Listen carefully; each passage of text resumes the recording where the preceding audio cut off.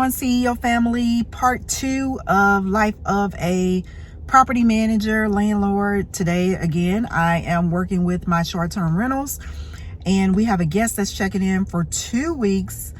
I think about 15 days, I think is what he paid for. And I love these type of guests for multiple reasons. Number one, you know, for our short-term rentals, we don't go longer than 28 days because of the municipality. You have to check with your local municipality to see what's considered a long-term rental versus a short-term rental. But I find when they go beyond 28 days, sometimes that can be a legal problem, because I have heard of people having squatters, and a squatter is someone who stays and doesn't pay. And that happens a lot in vacant homes. Being a realtor and a real estate broker, I see that sometimes when clients move out of their house, or if they just leave it empty for one reason or another, pardon me, squatters will find it and nest there. And that's something that you don't want, because squatters don't necessarily appreciate your home, and they're staying there illegally, and they can do more damage than harm. I've also seen in some areas, I haven't seen, but I've heard in some areas where squatters could stay in a property and end up owning it. So that's a scary thing there. But anyway, 28 days is the longest that we will do with a short-term rental, unless we have a lease. And this is so important if you are thinking about getting in property management, because a lease really constitutes the laws that you are allowing for the tenant to do in your property. No matter if you're renting it or if it's your property, you want to make sure that you are protected by all means. So I'm going to give you 5 quick tips on this accord that you need to practice if you are interested in getting in short-term rental. Number 1, have a lease. If you do not have a lease, I don't believe in month to month, because month to month is just word of mouth. Unless you have a contract that states month to month and what you're doing, what you're allowing, and when the contract is supposed to end. I don't do anything unless it's in contract. And I think that's just from my practices as a business consultant and as my practice as a realtor. Contracts constitute what is mandated for the tenant to abide by, and for you as the landlord to abide by as well. So number 1, always have a lease. Make sure you're clear and purposeful and intentional of what your desires or lack of for the tenant. Sorry about that, got a phone call. So basically, you want to make sure that lease says everything that you need to say, just in case you have to take the tenant to court. So let's be clear with that. Make it clear, and if you can, get an attorney to look over it, so that you can be competent and confident that if anything needs to go to court, that you're able to do that. What's in writing stands longer than word of mouth. So those are some very important things that you need to keep mindful of.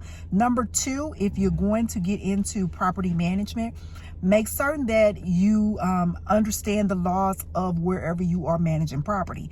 That's kind of tied into number 1 with getting a lease, because if you don't know the laws, I promise you the tenant knows the laws, and they will do everything and anything possible to protect their laws. And so you, as the homeowner, the renter, whatever you are, you need to protect yourself as well by knowing the laws of the community that you're managing property in. Number 3, make sure you get a security deposit.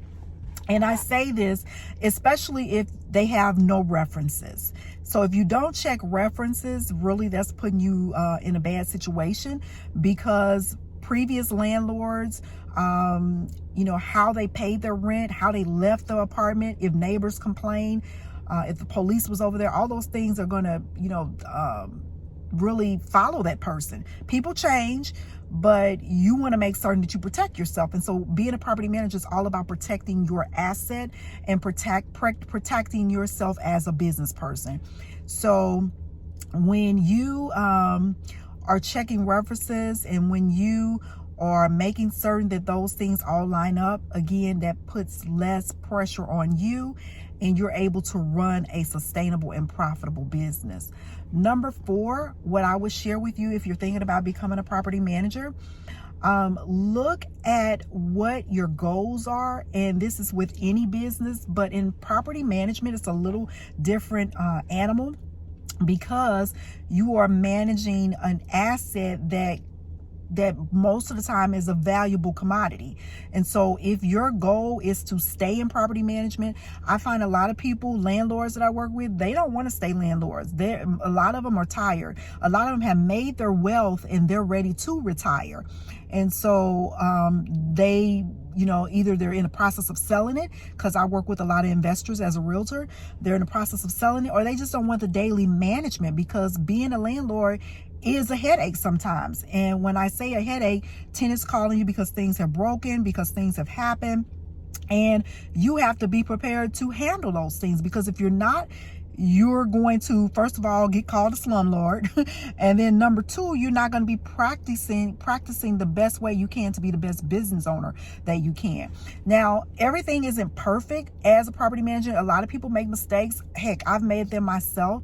But show intention that you are trying to correct or make the situation better as a landlord with a tenant, because that's the last thing that you want to do, is to be in a business that you're not going to be fully in, and that you're not going to be a good service to your clients, whether it's the landlord or whether it's the tenant. So when I'm working with landlords, obviously my goal is to make that landlord more money as much as I possibly can. And so in order for me to make him more money, I have to make certain that I get him quality tenants, because if I don't get him quality or her quality tenants, then we're going to have an eviction. That's going to cost the seller, the landlord, more money. So you want to make sure you get quality tenants in on every person that you put in that property, because if not, you're going to end up costing yourself as a business person stress, headaches, and then you're going to cost the landlord more money, and then that means you're not doing your job well as a property manager, as a landlord.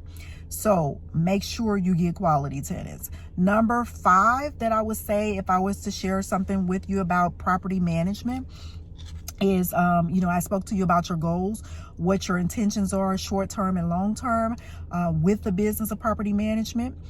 Number 5, I would say that you literally need to make sure you have a team, and that team needs to equate to repairmen, a banker, an accountant, and someone to work with you. You can do it by yourself, because when my husband and I first started, it was just me and him.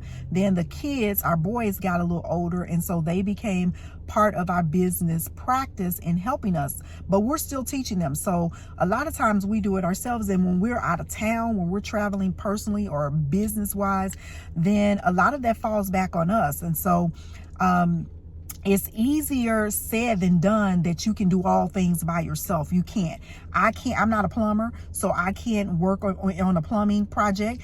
I'm not a roofer, so I can't do anything of that nature. So being a property manager, you want to make sure you have a great roofer. You want to make sure you have a great handyman, not somebody that don't know what they're doing, but somebody that knows what they're doing, electrician. And I would even go as far as to say, make sure those people are certified.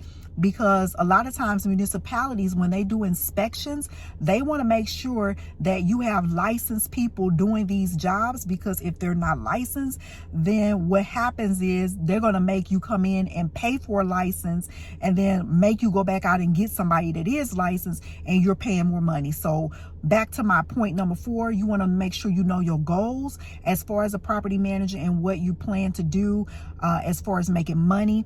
Because if you're just managing one property, of course, that's really small. But if you grow in scale, get 5, 10, 15, 20, or however you want to get, you have to have a good team that's with a phone call. You can pick up a phone call and call them, and they are there to help you when you need them.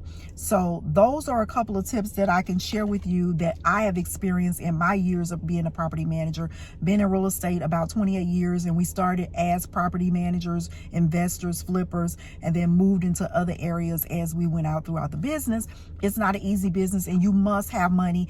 I get so frustrated when people tell people you don't have to have money to be in real estate. They're lying. lying to you.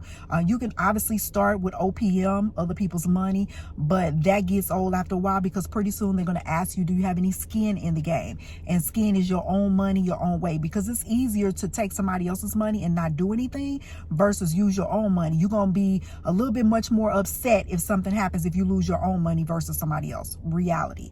And investors know that, because they ask you, do you have any skin in the game all the time, especially if you grow in scale and if you're coming to them with an intention of managing more than one property. You have to make certain that you have a nest egg for problems, because problems will happen. Permits, you have to get permits, and there's just so many different things. And so I plan to share those things with you over the next couple of weeks in this property management series that I'm putting up here, and hopefully it will help you to not only scale up, but it will also allow you and enable you to become a better business owner, because there's so many people out here in real estate that do some shady stuff, some shady shit, real talk.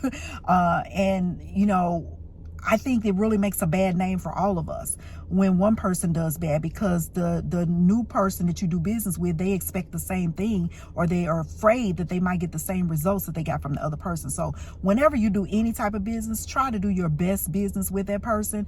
Things happen. Nobody's perfect. No business is perfect. No person is perfect. But try your best and always make an intention in trying to do right and be right. So that is my message for you today. I'm actually getting ready to go in. As I mentioned, I got a guest checking in one of our short-term rentals that we manage, and I want to make sure everything is right. Customer service is so important to us, and I tell you, it leads to great reviews as well. So blessings and peace. Until next time, don't forget to subscribe if you like anything real estate, business, family, life, and travel. I'm Nichelle, the Startup CEO, and I'll talk to you next time. Take care.